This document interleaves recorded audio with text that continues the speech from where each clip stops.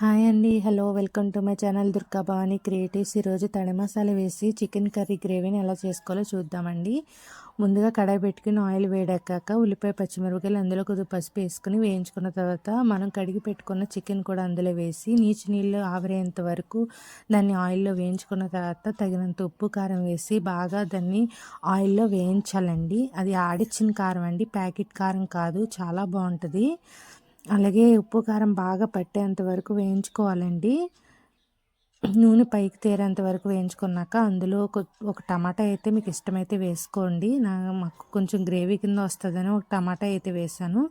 తర్వాత అందులో తగినంత వాటర్ వేసి మూత పెట్టుకుని 50% ఉడికించుకోవాలండి. అల్లం వెల్లుల్లి పేస్ట్ అదేం వేయలేదండి, తడి మసాలా కాబట్టి అంతా ఒకసారి ఆడుకోవాలండి మిక్సీలో. అదేవిధంగా తడి మసాలా కూడా ఇదిగో 50% ఉడికిపోయిందండి. ఇప్పుడు తడి మసాలా వేసుకొని ఒక 10 మినిట్స్ అయితే మూత పెట్టుకుని మెల్లిగా ఉడికించుకోవాలండి మీడియం ఫ్లేమ్లో. ఇదిగోండి దగ్గర పడింది. ఇప్పుడు ఇందులో చికెన్ గరం మసాలా పౌడర్ అయితే వేస్తున్నానండి. ఇదిగో మనకి రెడీ అయిపోయింది చికెన్ కర్రీ, చాలా బాగుంటుందండి. మళ్ళీ ఒక 10 మినిట్స్ మళ్ళీ ఉడికించుకొని దగ్గర పడ్డాక ఇదిగోండి మనకి చికెన్ కర్రీ తడి మసాలాతో చికెన్ కర్రీ గ్రేవీ అయితే రెడీ అయిపోయింది. ఇది పాతకాలం పద్ధతి వండే కూర అండి. నా ఛానల్